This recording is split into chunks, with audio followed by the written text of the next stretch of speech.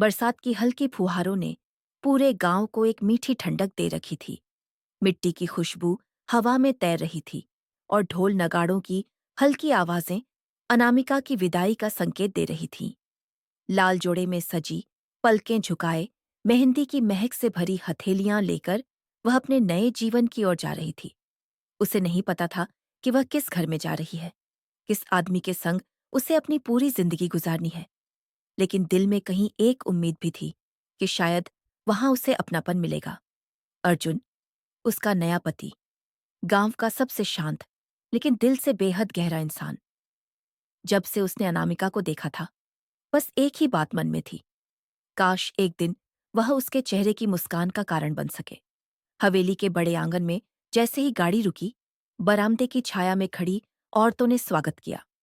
अनामिका ने नीचे पांव रखा तो अर्जुन उसके पास आया और बहुत धीरे से बोला, रुको, सीढ़ी ऊंची है, ध्यान से। उसका हाथ अनामिका की हथेली तक पहुंचा ही था कि उसने झिझक कर अपना हाथ पीछे खींच लिया। अर्जुन ठहर गया, हल्की सी चोट महसूस की, लेकिन कुछ बोला नहीं, सिर्फ रास्ता दिखा दिया ताकि वो आराम से अंदर जा सके। रात होने तक हवेली में शादी की बातें, रस्में, हंसी ठिठोली सब खत्म हो गईं। कमरा फूलों से सजा हुआ था, हवा में गुलाब और मोमबत्ती की खुशबू थी, लेकिन उस कमरे के अंदर एक खामोशी थी जो दोनों के दिलों को अलग अलग तरह से बेचैन कर रही थी। अनामिका बिस्तर के किनारे बैठी थी, आंचल कसकर पकड़े। अर्जुन कमरे में दाखिल हुआ और धीरे से उसके सामने बैठ गया। डरो मत, उसने शांत आवाज में कहा। आज का दिन बहुत भारी रहा है तुम्हारे लिए। मैं तुम्हें मजबूर नहीं करूंगा। तुम्हें जितना समय चाहिए, मैं इंतजार करूंगा। अनामिका ने पहली बार उसकी आंखों में देखा, हल्की डर, हल्की थकान और थोड़ी सी सफाई कि वह बुरा नहीं समझ जाए। मैं बस तैयार नहीं हूं, उसने धीमे से कहा। अर्जुन ने मुस्कुराकर सिर हिलाया, अपने दिल की तड़प को भीतर ही भीतर छिपा लिया और दूसरी ओर जाकर लेट गया। उसे नींद तो नहीं आई, बस यही सोचते हुए कि काश आज कम से कम उसका हाथ पकड़ पाता। सुबह की रोशनी खिड़की से अंदर आई। अनामिका आंगन में आई तो देखा अर्जुन चूल्हे पर चाय बना रहा था। वह हैरान रह गई। आप चाय बनाते हैं? उसने धीरे से पूछा। अर्जुन मुस्कुराया। कभी कभी, जब दिल चाहे, और आज दिल चाहता था कि तुम्हारी पहली सुबह आसान हो। अनामिका के होठों पर हल्की सी मुस्कान आ गई। शादी के बाद पहली बार। दिन बीतते गए। अर्जुन उसे गांव घुमाता, खेत दिखाता, नहर तक ले जाता। चलती हवा में जब उसका दुपट्टा उड़ता, अर्जुन धीरे से कहता, सांभाल लो। पर सच्चाई यह थी कि वह बस एक बार उसके हाथों का स्पर्श महसूस करना चाहता था, लेकिन खुद को रोकता था क्योंकि वह उसकी हिचक का सम्मान करता था। एक दिन नहर के किनारे चलने के दौरान अनामिका का पैर फिसला और अर्जुन ने तुरंत उसके कमर और बाजू को पकड़कर संभाल लिया। अनामिका का दिल तेज धड़कने लगा। अर्जुन ने घबराकर पूछा, ठीक हो? डर गई थी? उसने सिर हिलाया, लेकिन मन में स्वीकार किया कि अर्जुन का स्पर्श उसे अजीब तरह से सुरक्षित लगा था। उस रात तेज बारिश और बिजली की आवाजों ने पूरे माहौल को डरावना बना दिया। अनामिका एक झटके में जाग गई और डर के मारे सीधे अर्जुन के कमरे की तरफ भागी। दरवाजा खोलकर बोली, क्या मैं यहां रुक सकती हूँ? बाहर बहुत तेज बिजली है।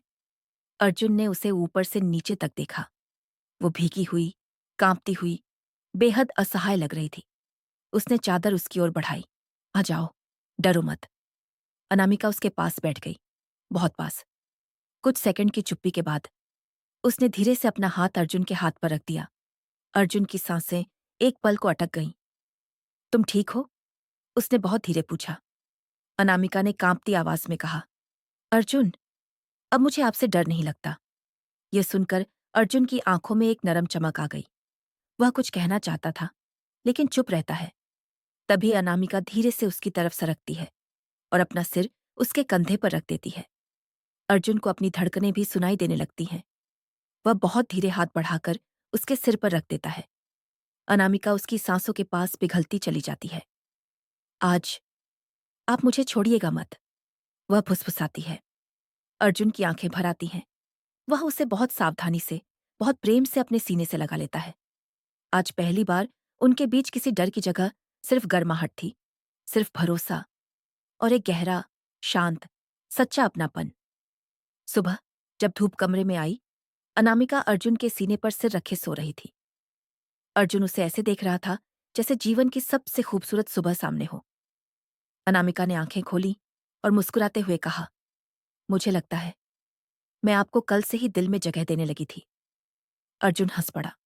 उसकी उंगलियां थामते हुए बोला, और मेरा दिल तुम्हारे आने वाले दिन से ही तुम्हारा हो चुका था। अनामिका शर्मा गई और उसके कंधे पर सिर रख दिया। उसने फुसफुसाते हुए कहा, अब मैं आपकी हूं, पूरी तरह।